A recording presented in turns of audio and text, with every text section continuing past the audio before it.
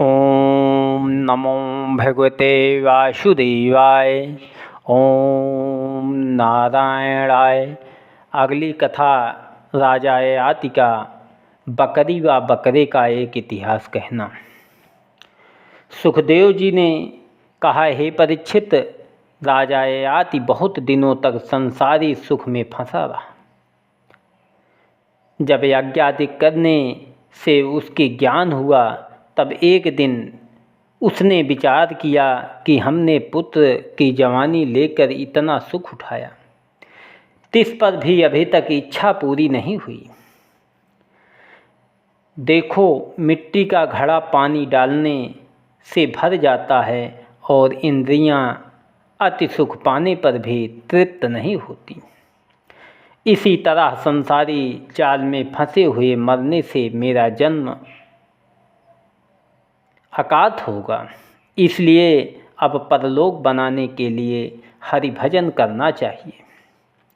यह विचार कर राजा ने देवयानी से कहा, हे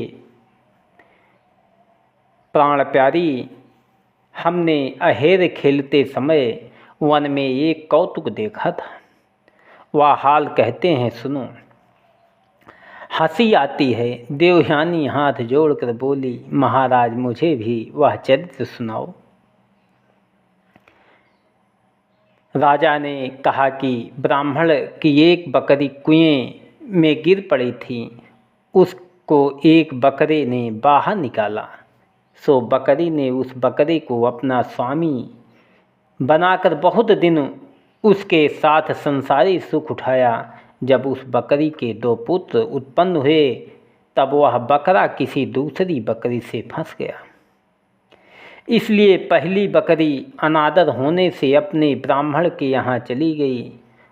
उस ब्राह्मण ने अपनी बकरी की सहायता करके बकरे को बधिया कर दिया।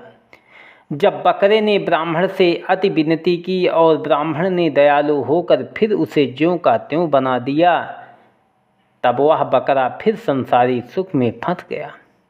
यह वचन सुनकर देवयानी बोली, महाराज, वह बकरा बड़ा मूर्ख था जो बकरी के साथ भ्रष्ट हुआ। तब राजा बोला, यही दशा हमारी व तुम्हारी है। हे देवयानी, मनुष्य को चाहे संसार का सब धन व स्त्री 7 द्वीपों का राज्य मिले और हजारों संतान होकर सब मनोरथ पावे, तिस पर भी उसका मन संसारी सुख से नहीं भरता। जिस तरह आग में घी डालने से ज्वाला बढ़ती है, उसी तरह प्रतिदिन तृणा अधिक होती जाती है। इसलिए अब विरक्त होकर हरि भजन करना चाहिए। जब यह वचन देवयानी ने पसंद किया, तब राजा ययाति ने छोटे बेटे पुर को जवानी फेर कर अपना बुढ़ापा उनसे ले लिया और राज सिंहासन पर उसे बैठाकर दूसरे 4 बेटों को 4 दिशाओं का राज्य बांट दिया।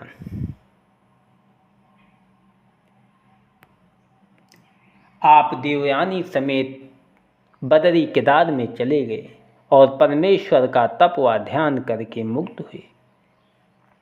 पुरु के वंश की कथा सुखदेव जी बोले, परीक्षित, अब मैं राजा पुरु के वंश की कथा कहता हूँ।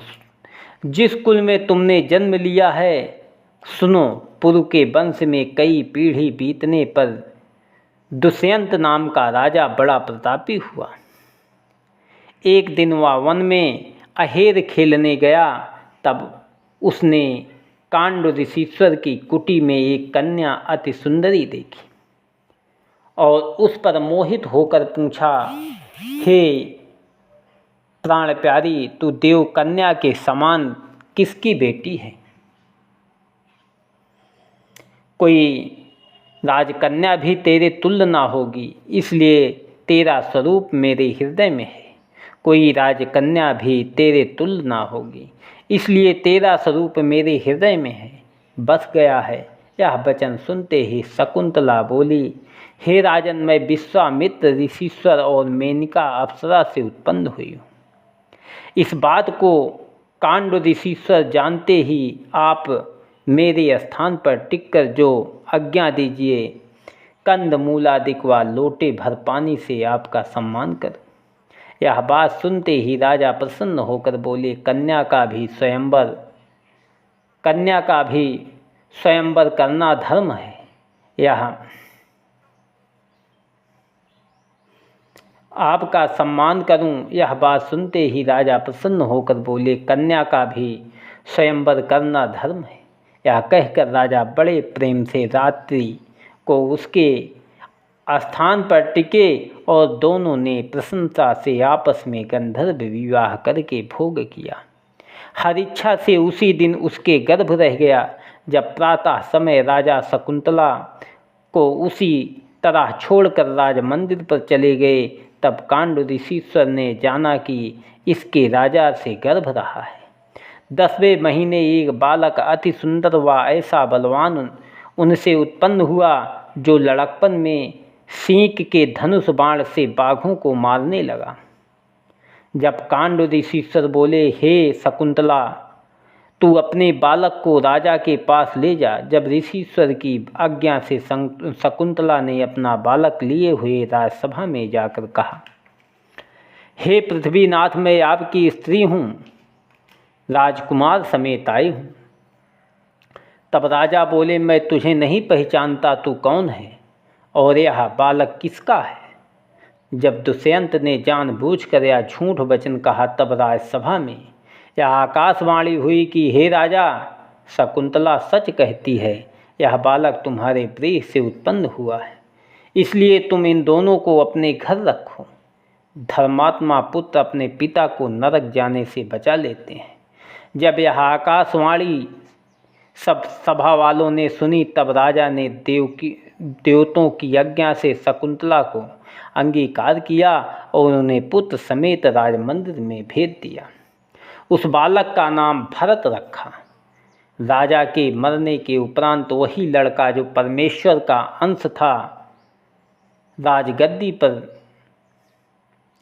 बैठकर ऐसा चक्रवर्ती व प्रतापी राजा हुआ जिससे 133 अश्वमेघ यज्ञ किए और बहुत से रत्नादिक ब्राह्मणों को दान दिए। उसके यज्ञ में इंद्र कई बेर श्यामकर्ण घोड़ा चुरा ले गया, किंतु राजा भरत अपने प्रताप व बल से घोड़ा छीन लाया। उसके राज्य में कोई दूसरा राजा अश्वमेघ यज्ञ नहीं कर सकता था।